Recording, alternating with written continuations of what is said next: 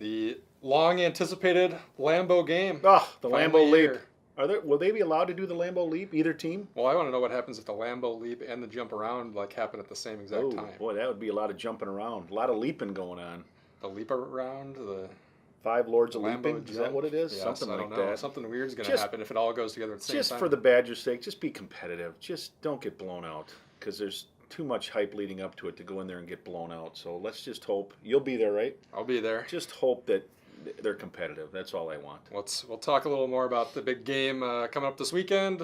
Get you caught up to speed on the high school action. Yes. And I don't know. You got any wise Packers thoughts this week as we enter the final week of the preseason? As we're going to film, I just realized that the NFC North just got a little bit more interesting. If Teddy Bridgewater has got a serious injury, that puts a different light in things and makes the Packers a definite favorite to win that division. We'll talk about all that coming up on this week's episode of Extra Points.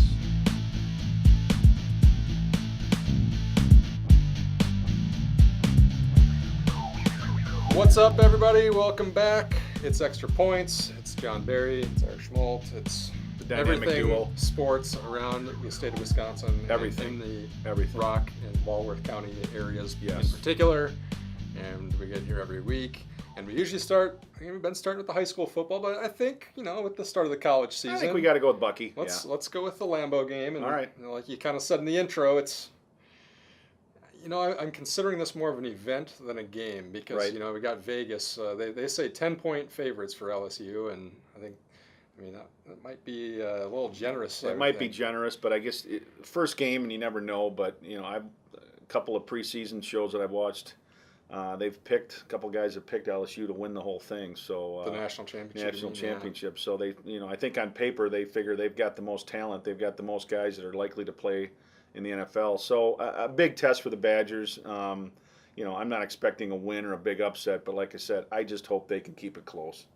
Obviously, a battle of some big-time running backs. Leonard Fournette going to be the one that everybody talks about. A guy who probably should be playing on Sundays this year, but they've got those goofy rules that don't allow him to go play yet, even though he's clearly ready. Yes. So he's back, and the Badgers' defense will have a big test. They will. And, the thing that I think people are forgetting about is Dave Aranda, who was Wisconsin's defensive coordinator the last few years, is now LSU's. And, he probably knows that Wisconsin offense pretty well and knows what they're going to be up against. Obviously, Paul Chryst has thrown some wrinkles in there, I would assume, to so they're not so vanilla. But, yeah, a big task for that Badger defense. And, Cicci and Vince Beagle and those guys are going to just have to be monsters and make tackles and hope that secondary can at least, be effective enough where Wisconsin's offense maybe can sustain some drives and keep it close. And we'll get to see Corey Clement kind of back in action. Yep. Last year was basically a busted season altogether. And off the field. Right. Yeah. You might as well just throw it out the window as far as I'm concerned. So they've got him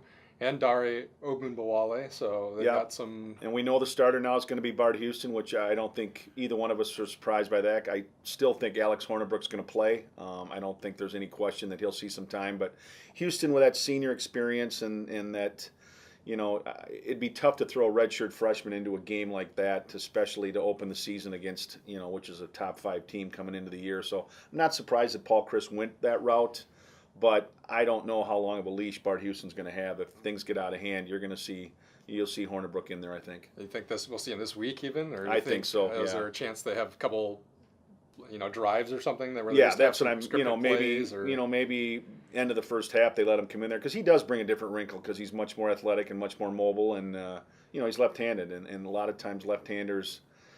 Defenses don't pick that up right away because it's obviously you're throwing in a different side and you're throwing in a different motion and things are just different overall with a left-hander. So it'll be interesting to see. I think he throws a better deep ball.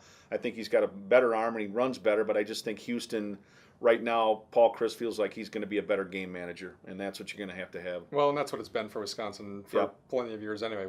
Outside of maybe Russell Wilson, when was the last time you said, the quarterback's really ever going to be a game changer in Wisconsin? And we can go right down the line with Stabby and Sorgi and Bollinger and all those guys. And, you're exactly right. Mike Samuel, they were all guys that just managed games and didn't put their team in a position to hurt them at all. To me, it's more interesting just to see what it's going to be like to see a college game at Lambeau. It's going to be different. It's going to be crazy. Different experience. I think plenty of Louisiana folks coming up. Yep. Should be just. I just want to see what in the world it's like. Or I haven't been to too many Packers games Well, up there, but it'll how be is it fun going to compare teach those that people from atmosphere? Baton Rouge how you really tailgate, That's how it's right. really done up here, and it'll be nice to see that. So, yeah, I'm looking forward to it. I'm going to go with 27-17 LSU.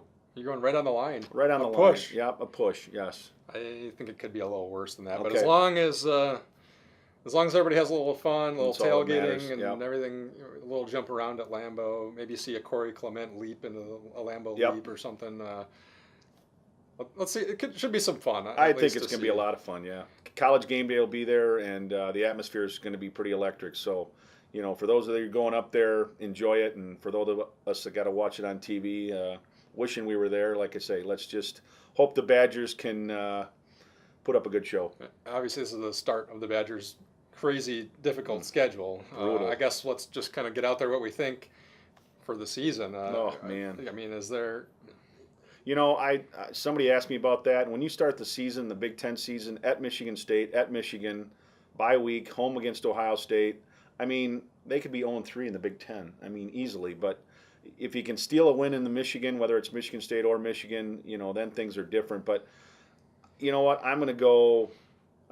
I still think they make a bowl. 6 and what? 6 and 6. 6 and 6, 7 and 5, 7 and 5 maybe.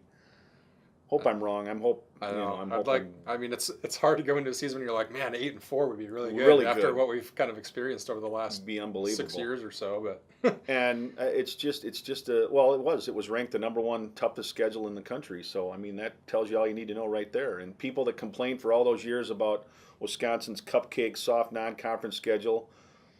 What do you think of now? Right. What do you think now when they go Alabama, LSU, Alabama in 3 straight years? So I mean, those people can pipe down for a while and realize that Wisconsin's not afraid to take on the good teams, and we're going to see it this Saturday. I mean, I guess if you survive that, you should be ready for the Big Ten Yeah, West. you should be, because they're going to eat up on the other teams that they do play, the non-conference, Akron and Georgia State or whoever the heck it is. I mean, they'll be 3-1 after. If they lose to LSU, they'll win their next 3, and then it's the Big Ten. I mean, I think that West is kind of wide open. So, yeah, I mean, I agree. Nebraska, they still Iowa. could. They might go 7-5 or 8-4, and they could still find themselves in the Big Ten championship. They could game. very easily, and then boy, would that be something, because I don't think I think the other side is stronger with Ohio State, Michigan State, but I think those teams are going to beat each other up too, and I don't think you're going to see anybody come through unscathed. And like you said, you get in that one game, you just never know. Should mention too around here, the Whitewater Warhawks. They start their season Saturday afternoon against the College of New Jersey. Yes.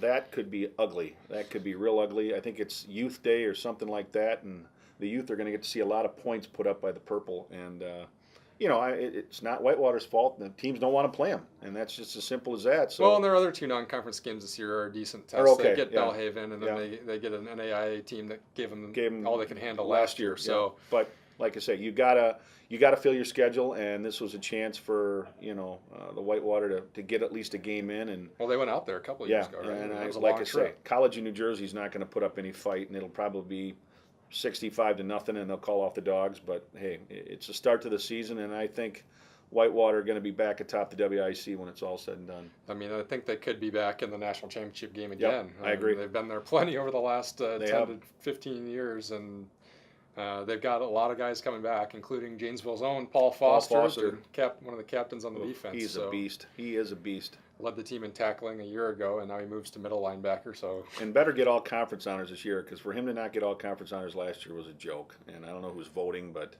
when you got the leading tackler on that team and he doesn't get any recognition, it's ridiculous. Wasn't you voting? It was not me voting, no. He'd have been unanimous. It'd have been me voting.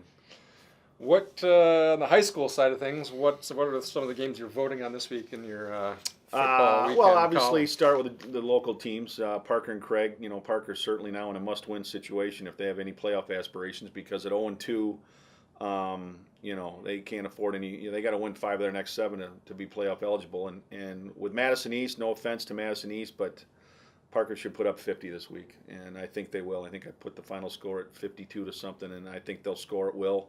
And then after that they get Sun Prairie on the road. So Parker in must-win mode, and I think they will. Craig gets to the home opener.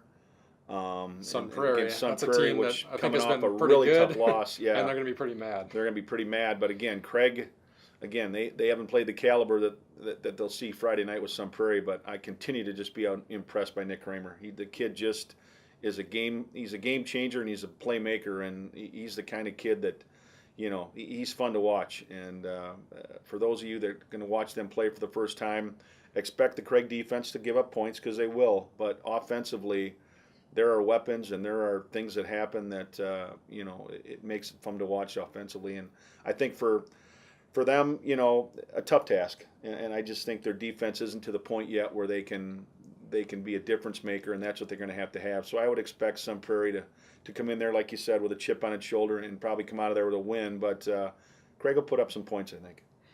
This will be an interesting point for the offense, because they haven't played a defense like this one yet. This one. No, they haven't. They've scored, I think, 105 points so far Something in 2 like games, and they've given up 101. So right. Yeah. It's been the shootouts, which Ben McCormick didn't really want coming into this season. But maybe that's just the way it's going to have to be. That's the way it's going to have to be, and that's why that offense is fun to watch, because they get cranking. I mean, they don't waste a lot of time, and it's a case of you just never know. I mean, you just don't. You don't know from one week to the next, and maybe Sun Prairie comes out flat and they're down, and Craig can get on them early and force Sun Prairie to play a game that they're not wanting to play, and that would be catch-up. So, I mean, it's going to be interesting. The other 2 games that I looked at are certainly Southern Lakes opener between Comets, Delavan Darien, and Elkhorn, 2 teams that stumbled in week 1, but both were impressive last week in winning. The Elkhorn defense forced 7 turnovers. And Delavan, Jake Benzing just went wild, and that's what he does. He's got about 700 yards passing already. And I talked to Coach Tom Lee earlier today, and he said, I expect a close, hard-fought game. He said Delavan is much better on defense. That's something you alluded to. And he said for us, we've got to eliminate our mistakes offensively, he says, but we played pretty well defensively despite week 1, because the team they lost to, Waukesha North, I believe, even piled up more yardage and touchdowns last week. So obviously that team's pretty good. But Jake Benzing and Ethan Cesars are as good a combination you'll find in the area, and Tom Lee knows that, and he says, we're not going to stop them, but we have to contain them. And I think for Delavan, not sure what you're getting with Elkhorn offensively. They look good one week, and 2 weeks ago they struggled. So I would expect lower 20s, and I think I would expect Elkhorn, to be close and maybe give the edge to Delavan just based on the weapons they have offensively. Well, and that's maybe the interesting thing to me, is that team has so many weapons that they can strike for a big play right away. Elkhorn for a long time has been a team that wants to go sometimes 3 yards in a cloud of dust and just keep the ball, keep possession, keep the clock moving. And that creates kind of an interesting type of game. It does, and it's like I say, it's a great rivalry. Again, it's too bad they're playing that conference opener, but I think when you look at the Lakes, there's some good teams. I mean, Union Grove, Wilmot, Badger, and Waterford are all 2-0. Delavan's one loss to his Lodi, which was a Division IV state runner-up last year. So I mean, the Lakes, proved it last year by winning some playoff games that it's a good balanced conference, and I think you're going to see even more balance this year. And the last game I looked at was Evansville-Albany, 1-1, coming off a tough home loss where they lost in the last minute, traveling to Beloit Turner to take on the Trojans, who are 2-0, but again, stepping up big time. They haven't played the caliber of Evansville-Albany, and I talked to Derek Deal this morning, and he said, look, we got to approach this as just another game. We're not focusing on Evansville. We're focusing on what we can do and what we need to do to get better. He said, we played well, but we're by no means a perfect team right now, and we have things to work on. And I think the one fact that comes out of that people are just, and I was floored by it, Beloit Turner leads the state in rushing. The entire state in rushing is Beloit Turner. They have 849 yards, something like that, in 2 games. And with Sam Bame and Ethan Burns, it's been a good 1-2 combination. And he talked about Ethan Burns being the X factor because they weren't sure what they're going to get, and now after 2 games, they lead the state in rushing. So that's pretty crazy. Cool. He called them before the season the dark horse backs of the Rock Valley, because there are a lot of guys that are out there that are returning, and these guys maybe weren't talked about quite as much. But it'd be fun to see him against a tougher defense. A much tougher defense, yes. I mean, and offensively with Brennan Banks, I think he's averaging about 150 yards a game for the Blue Devils. So I would expect some good rushing attacks. Yeah, I would expect that will be a grind them out. You may not see a lot of passes thrown there. It may be a grind them out, low-scoring affair. And, of course, by the time we say that, it'll be 35-30. Right. Well, that's kind of been the thing for the first 2 weeks of the Rock Valley, and we knew that it was going to be a battle. Right. And we didn't think that anybody was going to go undefeated through there in that new nine-game Rock Valley schedule. But we've seen some weird results. You know, you don't ever expect to see Broadhead Jew to get shut out at home. Or we probably, Jefferson's been a good team, so maybe not a stunner that they won at Evansville-Albany, but we thought Evansville-Albany maybe would have the best chance to go 9-0, and they lose at home last week. And I still think they're probably the best team, but they just haven't meshed yet, haven't brought it all together. And with Coach Grovestein, who's been there forever, trust me, by the end of the year, the Blue Devils will be formidable and probably a tough out in the playoffs. It's just going to be fun to watch that conference kind of shake out over the middle portion of this season. The other one, obviously, because it's been such a big game the last couple of years, is Milton at Monona Grove. I mean, that's decided the Badger South Championship the last few years. Unfortunately, the Red Hawks are young, and with a new coach and learning a new system, they're probably not at the level they've been the last couple of years. But still, they always seem to find a way to play Monona Grove tough, and maybe the Red Hawks can find a way this Friday night and get into the win column. I think we talked about this goofy schedule stuff before, but I mean, that game has usually been toward the end of the season, and it's been fun to see the conference shake out based on a late season game, and now they play right away. Obviously, you can't have it be that way every year, but it's more fun when it maybe comes down to one of the last couple of games of the season. And now we've got Elkhorn Delavan, and we've got Milton and Monona Grove. Some rivalries kicking off the season, the conference seasons here. And that's just the way it is. That's how it is with block scheduling, and At least it's not like the Big Eight where sometimes Parker and Craig play before the school year even starts. So at least school starts this week. Exactly. So you can hype it up a little bit. A little bit, right. So that's good. Anything else on your high school radar? We got some things underway last week. Yeah, we did. With the Labor Day holiday, things are You and I both slower, got a chance to see some good volleyball being played at Parker High School.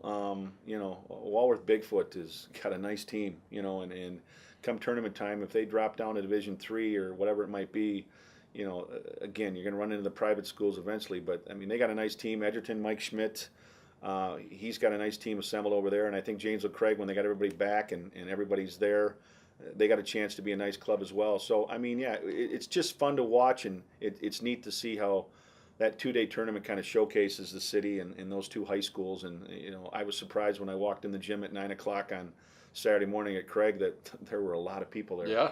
A lot of people there, and that's pretty cool.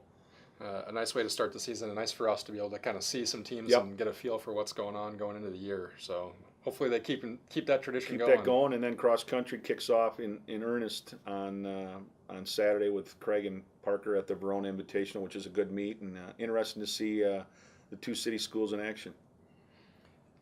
Anyway, you mentioned coming in Bridgewater injury. We'll have to wait. We obviously it was going down as we came in here. Right. So we don't know, but obviously if he's out for an extended period of time, that shakes up the NFC North because the Vikings.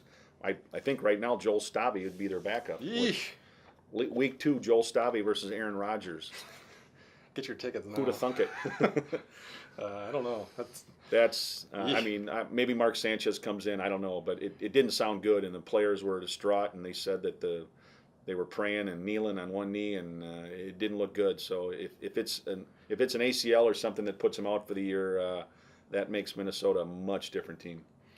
We can talk more Packers next week when they're ready for their season opener, and they're making some cuts even still today, so we'll know what the roster looks like a little bit more next week. And maybe just make some goofy NFL predictions next week, because we always like to do that. Because we did so well last year, and I had the Colts winning it all. How'd that work out? Always perfect when you can be completely wrong. Completely wrong, and I was. But that's the fun of it. It is. If you want to leave us a comment and let us know what predictions you'd like us to make about the NFL season, you can do that. Sure, why not? On YouTube or iTunes or GazetteExtra.com, or email us at sports@GazetteExtra.com, or find us on Twitter. And we'll be back here next week to break it all down for you. Thanks to Dave Vaughn and Angela Major for making the show possible, and Kevin McLeod for the tunes. And go Badgers. Go Bucky. Field.